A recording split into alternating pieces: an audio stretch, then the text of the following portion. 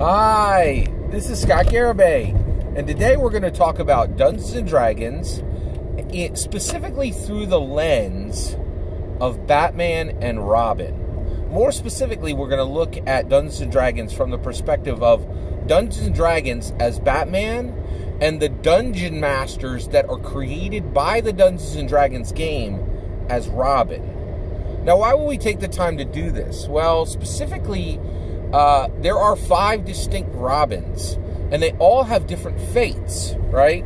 They all end up in different areas within the DC universe. And I think it's a really strong analogy for understanding Dungeon Masters, also for understanding Dungeon Masters going to be Game Masters. All of the Robins, right? Time passes. The Robins meet different endings, different fates, and they end up in different places independent from Batman, right? And I think it's the same thing with Dungeons & Dragons. The idea of a Dungeon Master is not going to stay a Dungeon Master forever. It's likely that they're going to become a Game Master in a different game series, right? And so I think there's some really powerful lessons at looking at Dungeons & Dragons from the perspective of Batman and the Dungeon Masters from the perspective of Robin. So let's get into this. So first and foremost, I just want to tell a little bit of a story on why we're talking about this today. I recently watched the Batman versus the Teenage Mutant Ninja Turtles movie. Now, I had read the comics. They were wonderful. The movie was an absolute delight. I absolutely loved it. It was really good. So, the Turtles end up in Batman's world. Now, this isn't a small thing. IDW is a publisher for Turtles. Batman, of course, is DC. DC is still doing crossovers with other companies, saying, hey, we can play nice. We can put our, peanut butter with your chocolate, right? These, Teenage Mutant Ninja Turtles and Batman are owned by different companies. I think it's awesome that DC is still open to those type of collaborations, whereas Marvel has completely stopped this and is not doing crossovers with anyone, right, including DC. Back in the day, I remember the days of Amalgam, like literally where Marvel and DC were mixing their characters together and delivering books with them. Much more peaceful days. Partisanship is everywhere now, even in comic books. But the Batman and the Teenage Mutant Ninja Turtles, I love everything about this movie. Batman, the first time he meets the Teenage Mutant Ninja Turtles, of course they fight. Batman wrecks all 4 Teenage Mutant Ninja Turtles. Just absolutely wrecks them, right? Then the rest of the time in that movie is spent with Batman acting as a paragon. This is really important, right? Acting as a paragon. So he's perfect in every way. He fights perfectly. He, he's maybe there's 1 out of 100 mistakes, but for functional purposes, he's virtually perfect, right? So Batman, he has the coolest car, he has the coolest cape, he fights amazingly, it's even when he fails, it's epic, right? Batman is a paragon, right? Now, this is really funny in the movie because the Teenage Mutant Ninja Turtles are like screw-ups who succeed every now and then. Their kung fu is strong, and they have a good leader in Michelangelo, but everybody else is just like, it's just so funny the way the whole thing is structured, right? And so one of the things that I swear I got a tear in my eye at the end of Teenage Mutant Ninja Turtles versus Batman, because the Turtles have to go back to their own world, and Batman's like, you can't leave yet. And the Teenage Mutant Turtles look to him, and they're like, why? And he goes, because it's pizza time. And he ordered pizza for the Teenage Mutant Ninja Turtles. And for just one moment, Batman takes his paragon, clothes off, and he's less than perfect for a moment. He eats pizza with the Turtles, right? But this is a really special moment because hearing Batman say it's pizza time was like really a big deal, because Batman doesn't do pizza time. And it was just saying, I'm being a friend to you rather than keeping my paragon rules, right? So what's this got to do with Dungeons & Dragons? Well, guess what? In the tabletop role-playing game world, Dungeons & Dragons is Batman. It's got the coolest cape. It's got the coolest vehicle. It fights like crazy. It outperforms every other tabletop role-playing game. Dungeons & Dragons outperforms every other tabletop role-playing game combined. That's Batman level cool. Dungeons & Dragons truly is Batman when it comes to the tabletop role-playing game arena. Basically, if if D&D goes up, the whole TTRPG industry goes up. If D&D goes down, the whole TTRPG industry goes down, right? Batman is really the kingpin of the DC world. No pun intended there. I know Kingpin is a Marvel villain. But, he's a central pin, right? And it's just incredible, right? And so he is this paragon, right?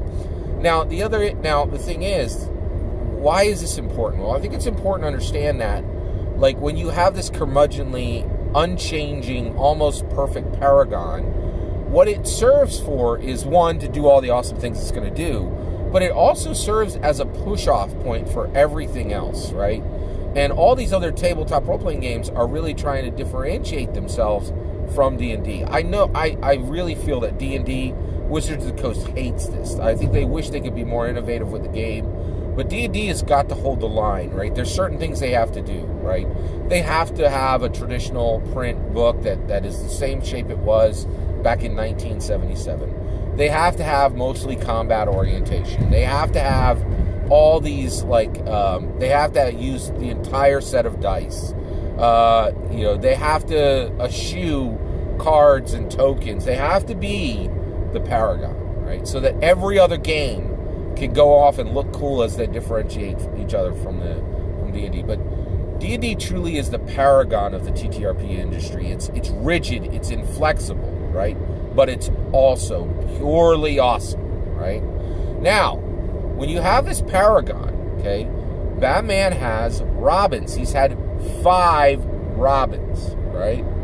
And basically every single Robin, right, has had the same experience with Batman, with variations, but 2 words explains the same experience for every Robin with Batman, okay? Here's the 2 words.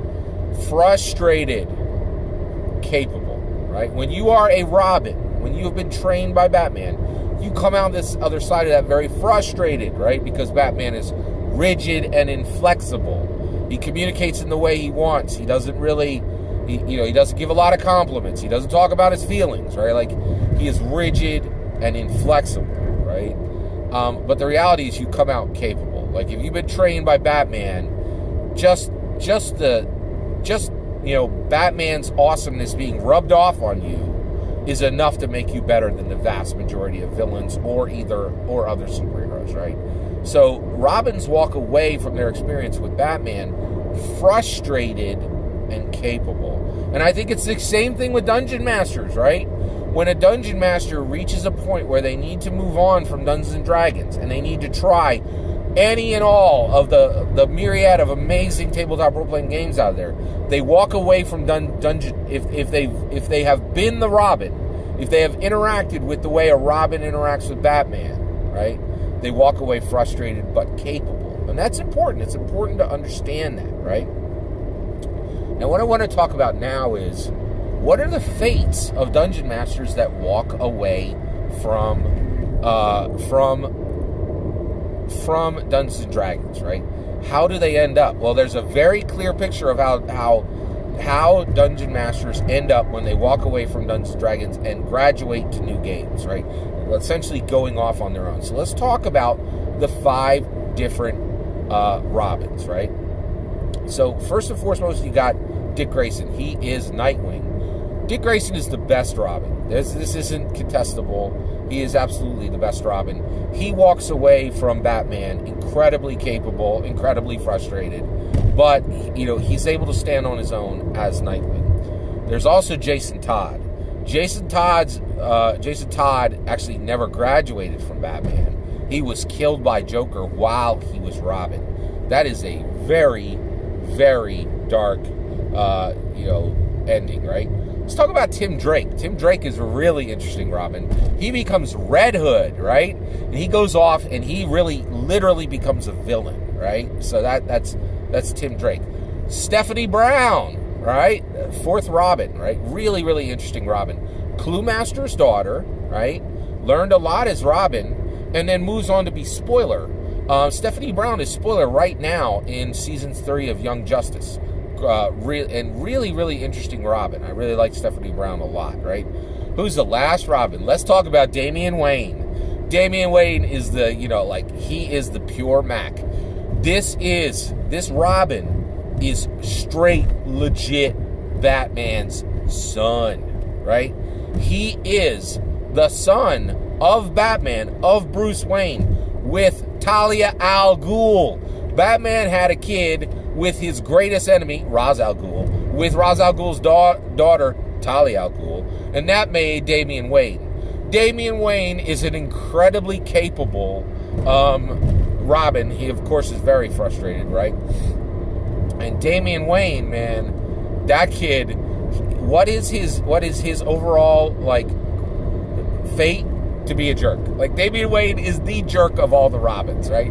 So what I want to talk about now is, if each Dungeon Master that graduates from Dungeons & Dragons becomes a Robin, what game do they end up playing, right? I think this is really fascinating, right?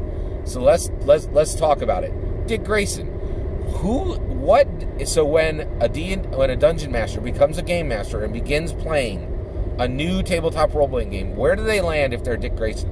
They land in Index Card RPG. A super, super svelte, super indie, super cool indie tabletop role-playing game that is a redux of Dungeons & Dragons, runs much faster, has awesome, beautiful art, and is probably the best entry in OSR games that exists. The Dick Grayson Game Masters, having graduated from Dungeons & Dragons, are playing Index Card RPG, okay? Anybody playing Black Hack, anybody playing, the White Hack, I would say Maze Rats, all those people, the iconic Dick Grayson plays Index Card RPG. Tiny Dungeon, it's another one. Those are all Dick Grayson players, but the pure Dick Grayson player is absolutely Index Card RPG. All right, Jason Todd, the Dead Robin. Who is that? What games are they playing? That's all the Dungeon Masters who graduate from playing current Dungeons & Dragons and go to play old Dungeons & Dragons. Or who never left their old versions, right? They are playing, they're playing Dungeons & Dragons 1E, 2E, 3E, 4E, right? They eschew the current version. Oh, and guess what? All Pathfinder players are Jason Todd Game Masters. And the reason why is they refuse to move on, right? They're essentially dead, right? Like, because they're not really engaging with the current games or with the current culture, right? Who are Tim Drake Dungeon Masters, right? Absolutely, without a doubt, Tim Drake, the villain, the Robin who graduated to be a villain. That's PBTA. That's Powered by the Apocalypse, man. That's Apocalypse World. That's Dungeon World. That's Monster of the Week. That's Night Witches. All those people playing that super cool, super dark indie, I'm cooler than you scene. That is, without a doubt, the Todd Drake, basically the Tim Drake Dungeon Master, now GM, without a doubt. Stephanie Brown. Where do Stephanie Brown Game Masters end up? Well, Stephanie Brown, learned a lot from Clue Master, learned a lot from Batman, and went off and was very much like Nightwing, right? Dick Grayson. And I think the best analogy for where Stephanie Brown DMs end up, Game Masters end up, is absolutely in Fate. Fate is a great system. It has some really solid games within it. And I think the Fate people are really nice as far as playing a game that isn't Dungeon Master, that isn't Dungeons & Dragons, but still having a lot of respect for Dungeons & Dragons, not taking that cooler than you, just like I'm over here doing my own thing. I definitely think Stephanie Brown are Fate GMs, without a doubt. Last one, Damian Wayne, right? The biggest jerk of all of the Robins. What games do the Damian Wayne Game Masters play? Without a doubt, it's World of Darkness, right? World of Darkness, without a doubt. Not all World of Darkness players are jerks. But if you do a Scooby-Doo mystery to find a jerk in the TTBRG world, I think you're more likely to find them under the World of Darkness banner than anywhere else. And again, like, I'm not saying they're not capable game masters. Some really capable game masters over there. But boy, oh boy, they are definitely kind of like the Damian Waynes of the TTBR industry area. So that's it. That's a mapping of Dungeons and Dragons to all the different Robins. That's also a discussion of Dungeons and Dragons as a paragon of this person who is out there. Batman's role as having to be the wall that all the other heroes push off of, right? And also this force of nature that's so important and really creates all these people that populate the TTPR, the DC world. Batman creates all these Robins that populate the DC world, and Dungeons and Dragons creates all these dungeon masters that become game masters, right?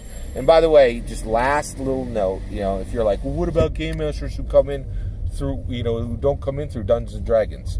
Boy, do I pity them, right? I think coming into TTRPG not through the gate of Dungeons and Dragons is irresponsible and, frankly, in some ways, intellectually dangerous. I think it's a terrible way to ever land as a good dungeon master.